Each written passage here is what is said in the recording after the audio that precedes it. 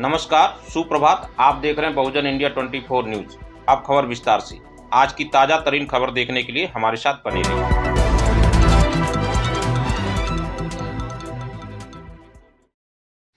गाजियाबाद से बड़ी खबर आ रही है। गाजियाबाद के ग्राम निवाड़ी में सामाजिक सुरक्षा फेडरेशन ऑफ इंडिया ने किया मजदूर जागृति सभा का आयोजन।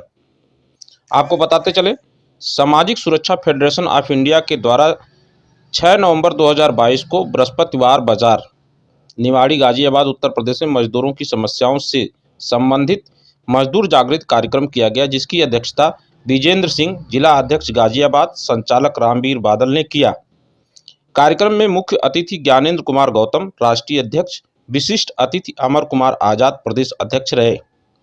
मुख्य अतिथि ज्ञानेंद्र कुमार गौतम ने सभा को संबोधित करते हुए बताया कि मजदूर भाइयों को अपने अधिकारों के बारे में जानना बहुत जरूरी है, क्योंकि सरकार धीरे धीरे सभी अधिकार समाप्त कर रही है। वर्तमान की सरकार मजदूर भाइयों से फिर से 12 घंटे काम करवाना चाहती है, जिसका हम विरोध करते हैं।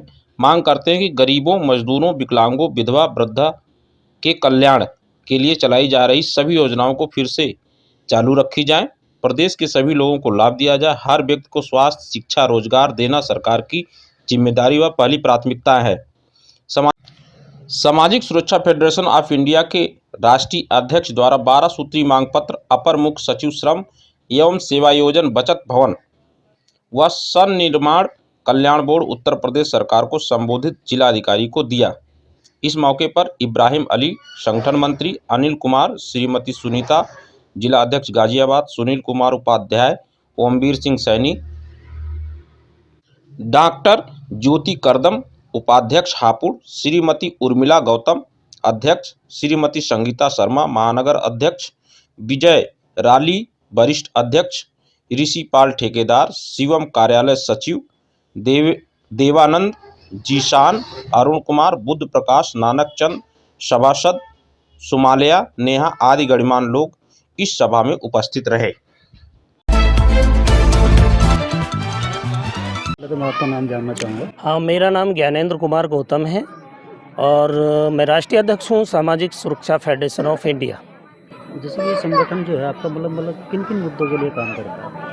ये मजदूरों की किसी भी प्रकार की समस्या हो, उस समस्या को सरकार के सामने रखना और हल कराने की मांग करना, और जो सरकार के द्वारा चलाई हुई जन कल्याणकारी योजनाएं हैं, उन सारी योजनाओं को समाज में जाकर बताना और ग्रास रूट लेवल पर पात्र व्यक्ति तक पहुंचाने में अधिकारियों के साथ मिलकर मदद करना। सर, कभी कभी हमारी जो टीम कवरेज करती है गांव देहातों में जाकर कि जो मजदूर तबके के लोग हैं मतलब उनको सरकारी योजनाओं का लाभ नहीं मिलता, उस बारे में क्या कहना चाहिए? हाँ, उसमें यह है कि सरकार देना नहीं चाहती हैं, घोषणाएं बहुत करती हैं। हमारा संगठन इस पे पूरी तरह से मजबूती से काम कर रहा है। हमारा संगठन गांव लेवल तक अपना संगठन खड़ा करके हम हर गांव में उस वंचित व्यक्ति को, जिसको अधिकार नहीं मिल पाए हैं, उसके अधिकारों को, वो किस योजना के लिए पात्र है, उसके लिए हमारे साथी गांव-गांव में जाकर उनका चयन करते हैं और अधिकारियों से मिलकर उनको पहुंचाने में मदद करते हैं। देखिए सर, हमारी एक टीम जो मतलब जनपद मेरठ में टूडा ऑफिस गई थी जी। वहाँ पर जो मतलब मकान बनवाने के नाम पर जो मतलब कहने का तो मतलब जो मतलब भ्रष्ट सिस्टम चल रहा था, जैसे कि किसी से 50,000, किसी से 20,000, किसी से 10,000 रुपये, जो कि मजदूर तबके के लोग होते मकान बनवा लेंगे। कोई अमीर लोग तो मकान बनवाता नहीं, गरीब ही सब बनवाते। तो उस बारे में क्या कहेंगे जरा? उसमें मेरा ये कहना है कि गरीब लोग जो पात्र हैं, डूडा से केवल शहर में जो गरीब लोग हैं उनके मकान बनाए जाते हैं। उसकी शिकायत हमारे पास आई, कई बार अधिकारियों को कंप्लेंट की गई और उसमें पुनः जांच कराई गई, और उसके बाद भी हम समझते हैं कि उसके लिए हम सब लोग भी जिम्मेदार हैं। जो साथी उसमें पैसा देते हैं वो भी जिम्मेदार हैं। उन्हें सीधे अधिकारियों से मिलना चाहिए, हम जैसे समाज सेवी लोगों से, संस्थाओं से मिलना चाहिए और उनको अपना काम कराने में सहयोग लेना चाहिए। तो सर कि जैसे कि क्या नाम है, ग्रामीण क्षेत्र में श्रमिक कार्ड या ई श्रम कार्ड बने हुए हैं, कभी कभी उस कार्ड के द्वारा भी जो योजनाएं सरकार ने घोषणा दे रखी है, उन योजनाओं का भी लाभ नहीं मिलता मजदूरों को। इस बारे में क्या कहें? उसके बारे में ये मेरा कहना है कि सरकार उसमें विज्ञापन के माध्यम से सूचनाएं देती हैं और हमारे साथी गांव-गांव जाकर लोगों को बताने का काम करते हैं। लेकिन जो योजनाएं हैं वो मिल नहीं पा रही हैं और जो योजनाएं हैं उनको सरकार ख़त्म करती जा रही है, जिसके बारे में शायद आप लोगों को जानकारी नहीं है। मैं सरकार से ये बात रख रहा हूँ लगातार ज्ञापन के माध्यम से कि सरकार द्वारा जितनी बनाई हुई योजनाएं हैं, जो पूर्ववर्ती सरकारों ने योजना चालू कर रखी थी, वो सारी योजनाएं लागू रहनी चाहिए। रहा हूँ लगातार ज्ञापन के माध्यम से कि सरकार द्वारा जितनी बनाई हुई योजनाएं हैं, जो पूर्ववर्ती सरकारों ने योजना चालू कर रखी थी, वो सारी योजनाएं लागू रहनी चाहिए। जैसे श्रम विभाग से सोलर लाइट की योजना थी, उसमें श्रमिक भाइयों से 250-250 रुपये की रसीद कटवा करके सरकार ने बहुत सारे आवेदन लिए, लेकिन अब उनको वो लाइटें मिल नहीं रही हैं। पूर्ववर्ती सरकार ने बांटी थी, लेकिन इस सरकार में वो लाइटें नहीं मिल पा रही हैं। हम ये कहना चाहते हैं कि सोलर लाइट योजना और साइकिल योजना और चिकित्सा योजना और बच्चों की पढ़ाई की योजना, सबसे महत्वपूर्ण चीज़ होती है शिक्षा। हम चाहते हैं कि मज़दूरों के बच्चों को जो शिक्षा के लिए योजना है वो लागू रहनी चाहिए। इसी तरह से मज़दूरों के बच्चे की शिक्षा के लिए जो हम आवाज़ उठा रहे थे, उसमें हमने 2008 से हम लगातार आवाज़ उठा रहे हैं और तभी से ये पंजीकरण का काम शुरू हुआ था। तो हम लोगों ने आवाज़ उठाई थी कि मज़दूर के बच्चों को अच्छी व उच्च शिक्षा की व्यवस्था सरकार करे। उसको ध्यान में रखते हुए पूर्ववर्ती सरकार ने हर मंडल में एक विद्यालय नवोदय की तर्ज पर भवन निर्माण श्रमिक जिनके पंजीकरण हैं उनके बच्चों के लिए बनाने का प्रस्ताव किया था, पास किया था। लेकिन वर्तमान सरकार के पिछले 5 साल निकल जाने के बाद उस पर कोई कार्रवाई नहीं हुई। हम लोगों ने, हमारे संगठन ने और अन्य संगठनों ने जब आवाज़ उठाई तो आज मज़दूरों के बच्चों के लिए हर मंडल में एक विद्यालय बनकर तैयार हो रहा है। ये मेरठ मंडल है, यहाँ की बात करूँ तो बुलंदशहर ज़िले के अंदर वो विद्यालय बन रहा है और नेक्स्ट वर्ष से वहाँ कोई मजदूर है, कोई घटना घट जाती है तो उसके लिए भी आपका संगठन क्या करता है? अगर कोई मज़दूर है और उसके साथ घटना घट जाती है, अगर ऑन साइड घटना घटती है, तो साथियों भवन निर्माण श्रमिकों के लिए उसका पोस्टमार्टम और एफआईआर होनी चाहिए। उसको 5,25,000 रुपये की सरकार से राशि मिलती है, जिसको हम संज्ञान में लेकर उन्हें दिलाने में मदद करते हैं। अगर किसी मज़दूर की सामान्य मृत्यु हो जाती है, उसको भी 2,25,000 रुपये मिलते हैं। वहाँ भी हमारे साथी गांव-गांव में जाकर उनकी मदद कराने का काम करते हैं। सर, एक हमारा लास्ट क्वेश्चन है, जैसे कि जो मतलब गांव में सरकारी स्कूल होता है, जूनियर या प्राइमरी स्कूल होते हैं, उसमें जो मतलब सफाई कर्मचारी की व्यवस्था के लिए कोई कर्मचारी नहीं रखा गया सफाई के लिए, और उसमें बच्चों से जो मतलब झाड़ू लगवाई जाती है, उस बारे में क्या कहेंगे? ये पूरे प्रदेश में लागू। वैसे तो ज़्यादातर स्कूलों में सफाई कर्मचारी हैं, लेकिन अगर कहीं ऐसा मामला सामने आता है कि बच्चे से झाड़ू लगाई जा रही है, तो वहाँ एफआईआर दर्ज होगी और वहाँ उस स्कूल का प्रधानाचार्य उसमें दोषी माना जाएगा।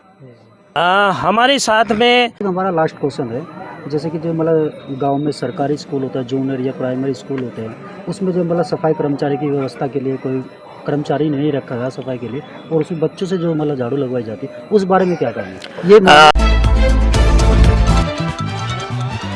पूरे प्रदेश में लागू। वैसे तो ज़्यादातर स्कूलों में सफाई कर्मचारी हैं, लेकिन अगर कहीं ऐसा मामला सामने आता है कि बच्चे से झाड़ू लगाई जा रही है, तो वहाँ एफआईआर दर्ज होगी और वहाँ उस स्कूल का प्रधानाचार्य उसमें दोषी माना जाएगा।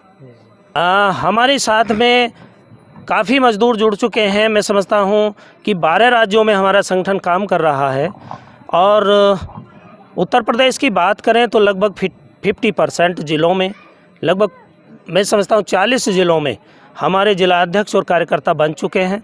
हमारी टीम हर गांव-गांव में जाकर अपने कार्यकर्ता बना रही है और उद्देश्य यही है कि मज़दूरों को उनका लाभ मिले।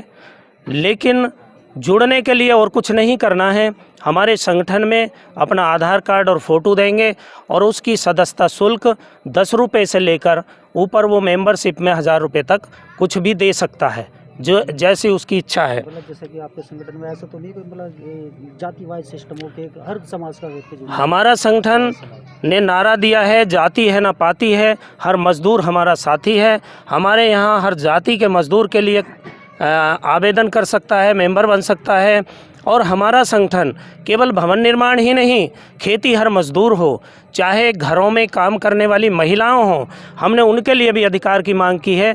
हम कहते हैं जो हमारी बहनें स्कूलों के अंदर खाना बना रही हैं, आशा का काम कर रही हैं, और आशा बहनें आंगनवाड़ी और हमारी मानती है तो उनका न्यूनतम वेतन लागू करे।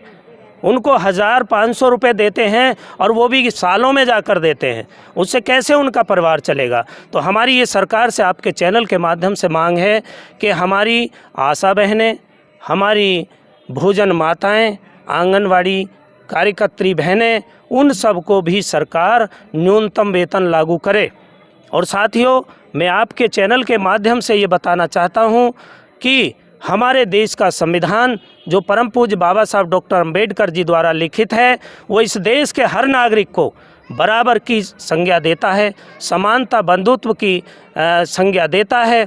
लेकिन इस देश के अंदर एक पढ़ा लिखा मजदूर तो 50,000 रुपये महीना लेता है, लेकिन हमारा एक ग्रेजुएट भाई जो सरकारी नहीं है, प्राइवेट काम करता है, उसको सरकार 9,000 रुपये क्यों देती है? इसकी मैं कहना चाहता हूँ कि जो हमारे सरकारी भाई हैं, उनके बराबर हमारे जो संविदा पे भाई हैं या हमारे खुला वेतन लेते हैं, उनकी भी झाड़ी उनके बराबर होनी चाहिए। और हमारा संगठन इसके लिए लगातार आवाज़ उठाता रहेगा। और जितनी योजनाएं सरकार की पूर्ण चल रही हैं, उनको अगर सरकार काटेगी तो हम आंदोलन करेंगे। संविधान बराबरी देता है, हम सबको बराबरी चाहिए। कुछ जगह देखने को मिला है कि हमारी बहनों को मजदूरी कम मिलती है, भाइयों को ज़्यादा मिलती है, जबकि हमारा संविधान और लेबर कानून बराबरी का अधिकार देता है। अगर ऐसी कहीं शिकायत मिलती है तो हम चाहेंगे कि हमें बताया जाए, और अधिकारियों से भी चाहेंगे कि वो इस पर एक्शन लें, सभी को बराबर वेतन दें। दूसरा, एक और बात कहना चाहता हूँ, सरकार की मंशा है कि मजदूरों से 12 घंटे काम लिया जाएगा। हमारा संगठन इसका पुरजोर विरोध करता है, और अब हम हर ज़िले में जा कर के, आज हम गाज़ियाबाद जनपद में बात कर रहे हैं, अभी पिछले महीने हमने मेरठ जनपद में बात की थी। हम बहुत जल्द अलीगढ़, मेरठ और मुजफ्फरनगर, सहारनपुर में भी ये अपना सम्मेलन कर कर के ये बात रखनी चाहते हैं सरकार के सामने कि अगर आप 12 घंटे काम लागू कराना चाहेंगे तो हम इसका विरोध करेंगे, हम सड़कों पर आएंगे और हम इसे लागू नहीं होने देंगे। एक और कानून सरकार पास करना चाहती है कि जो मजदूर की मजदूरी नहीं देता है, उसके खिलाफ कार्रवाई होगी तो वो सज़ा नहीं, वो जेल नहीं जाएगा। हम ऐसे कानून का भी विरोध करते हैं। हम आपके चैनल के माध्यम से बता देना चाहते हैं सरकार को कि ऐसे कानून लागू किए तो हमारा संगठन पुरजोर विरोध करेगा और इसे किसी भी कीमत पर लागू नहीं होने देगा। और मजदूरों के लिए समानता चाहते हैं, हर कीमत पर उनको समानता मिलनी चाहिए। जहां भी देखेंगे कि विरोध करेगा और इसे किसी भी कीमत पर लागू नहीं होने देगा। और मजदूरों के लिए समानता चाहते हैं, हर कीमत पर उनको समानता मिलनी चाहिए। जहाँ भी देखेंगे कि उनको समानता नहीं है तो हम खड़े होंगे, हर जगह विरोध करेंगे। बहुत जगह देखने को मिलता है, मजदूरों से काम करा लेते हैं, उनका पैसा नहीं देते हैं, उन पर चोरियां लगा देते हैं। ये मानसिकता बदलें लोग। जो मजदूर हैं वो इस देश का भविष्य है। इस देश को विकसित और विकासशील बनाने में हमारे मजदूर भाई बहनें काम करते हैं, उनकी वजह से हमारा देश तरक्की करता है। तो मैं सरकार के लोगों से, सरकार के माननीय प्रधानमंत्री, माननीय मुख्यमंत्रियों से कहना चाहूँगा कि इधर ध्यान दिया जाए और ये देश के अंदर जो आए दिन अत्याचार बढ़ रहे हैं, इनको रोकने का भी काम करें। जैसे देखा जाता है कि जाति के नाम पर उत्पीड़न हो रहा है। हमारे मजदूर भाई किसी भी जाति के हो सकते हैं, हम उत्पीड़न बर्दाश्त नहीं करेंगे, हम उसके लिए हर तरह से खड़े हैं। आप लोगों के चैनल के माध्यम से हम मजदूरों की आवाज़ पहुंचाना चाहते हैं। आप लोग हमारे इस कार्यक्रम में उपस्थित हुए, आपने हमें सहयोग किया, हम आप सब मीडिया का बहुत बहुत धन्यवाद। इंडिया 24 न्यूज़ देखने के लिए बहुत बहुत धन्यवाद। चैनल को लाइक करें और सब्सक्राइब करें। जय भीम, नमो।